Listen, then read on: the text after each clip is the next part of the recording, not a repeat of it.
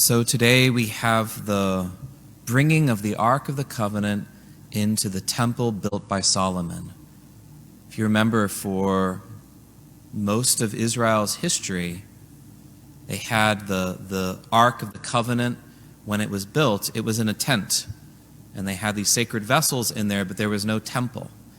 And that tent remained even during the time of David's time. And David felt bad about that, saying, Lord, I'm in a giant palace. You're in a tent. Let me build a house for you. And then God says, actually, I'm going to build a house for you. And he gives that promise about you are going to have a son of David on the throne, and it will be a forever kingdom. And that originally is thinking, oh, okay, there's a physical bloodline, and we know that that ultimately breaks down. There is exile, and in the midst of that exile, you have the book of Daniel, in which we start hearing more and more about this son of David. That prophecy hasn't been fully fulfilled yet. And there will be someone who will come, who will be beyond all of these other earthly kingdoms and will have an everlasting reign. And he is called the Son of Man. So whenever Jesus calls himself the Son of Man, the people are hearing that he's this prophesied Son of David who is more than just an earthly ruler, but there's some way in which he's going to have this dominion over everything. And they can't wrap their mind around that because they don't realize that that actually could be God, but they know that this is someone greater. And so that's some of the background here. But David is not the one who's going to build the physical temple of the Lord. It's going to be his son. And Solomon, as David dies, David says to Solomon, you are going to be tasked with building a house for the Lord. The Lord is building a house for me, and I'm passing it on to you, my son.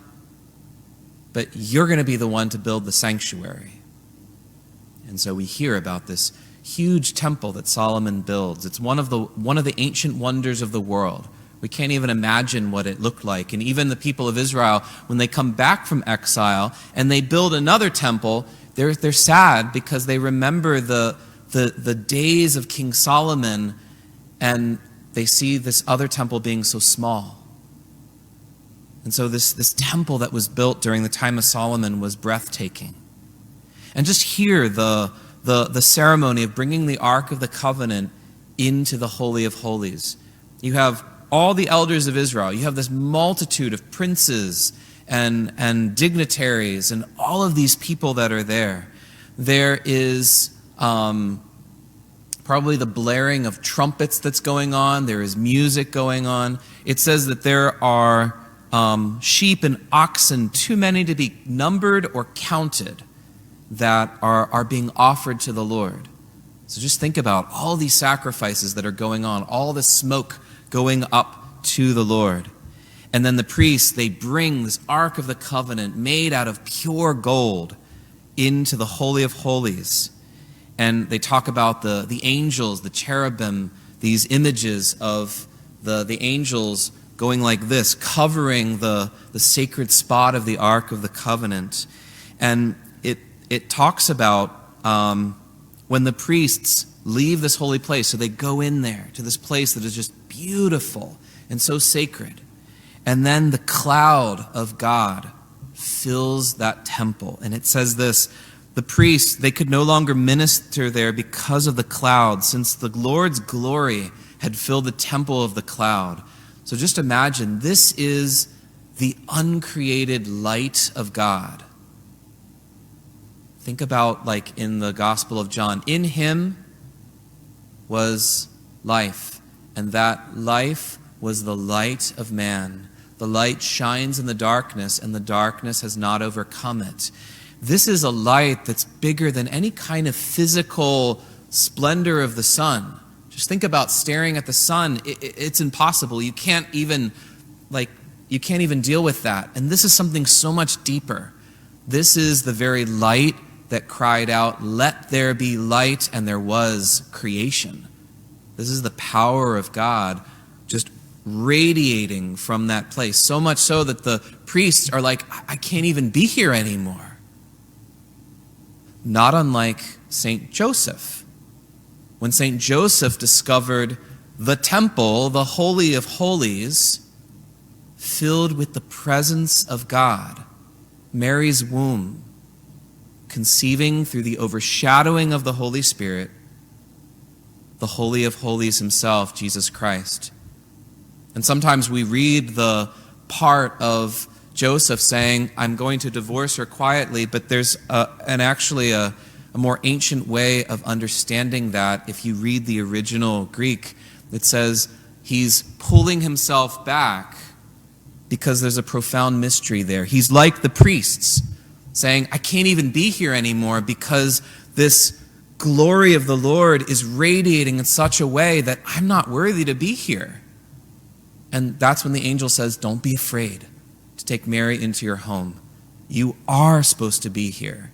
And even though the priests of the old covenant had to, in a sense, pull back in the glory of the Lord, I'm calling you, Joseph, son of David, to go right into the midst and to be the minister at the temple, taking care of the temple that is greater than Solomon's temple, and to be the one who guards and protects the temple that has the Ark of the Covenant, Mary, the new Ark of the Covenant, and the presence of the new law, Jesus Christ.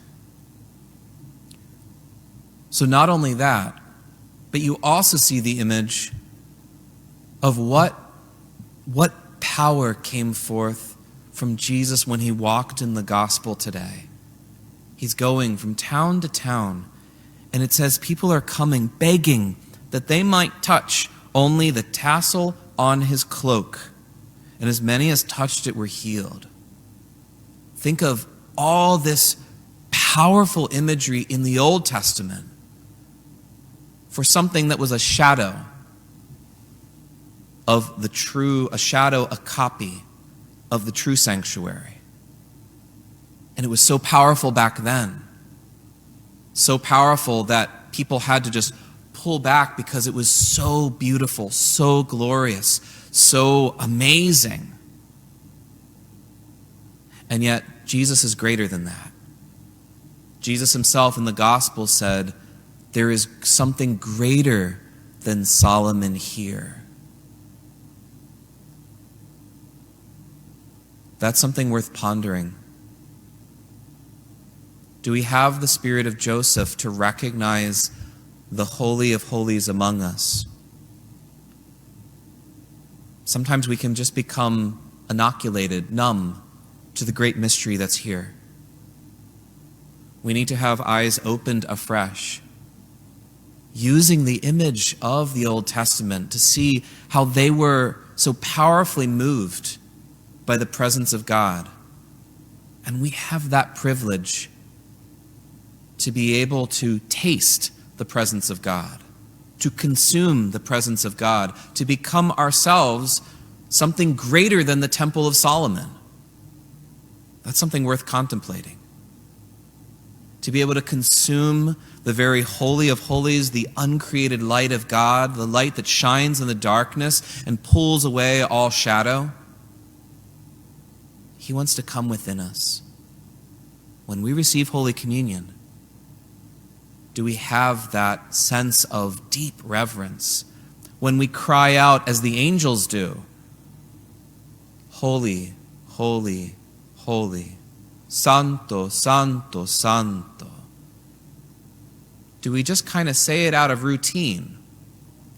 Or in our heart, are we envisioning these deep, powerful, mystical beings, the angels, crying out at the depths of their being, holy, holy, holy?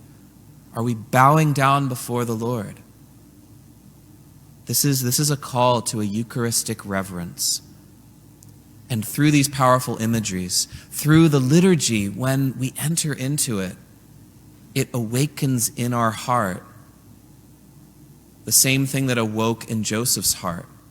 and awoke in the people's heart, that we're reaching out, not unlike this image right up here that's found in St. Peter's of the Holy Spirit, and you see this hand reaching out towards that warmth, towards that light. This is what we need to do. This is what it means to actively participate in Mass. Sometimes we think actively participate is do a role, do a ministry. And those are very important things. We need to do those. But the Second Vatican Council, when it talked about active participation, it didn't talk primarily about doing different roles, but it was about this kind of presence at Mass. Whether we're actively doing something here, we are always supposed to be actively doing something in the pews, the priest at the altar.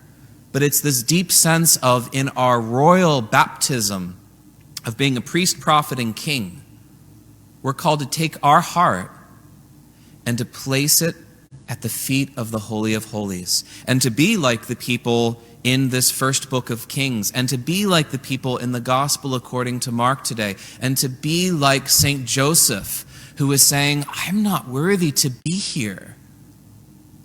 And yet to hear the Lord saying, I come to make you worthy. Do not be afraid.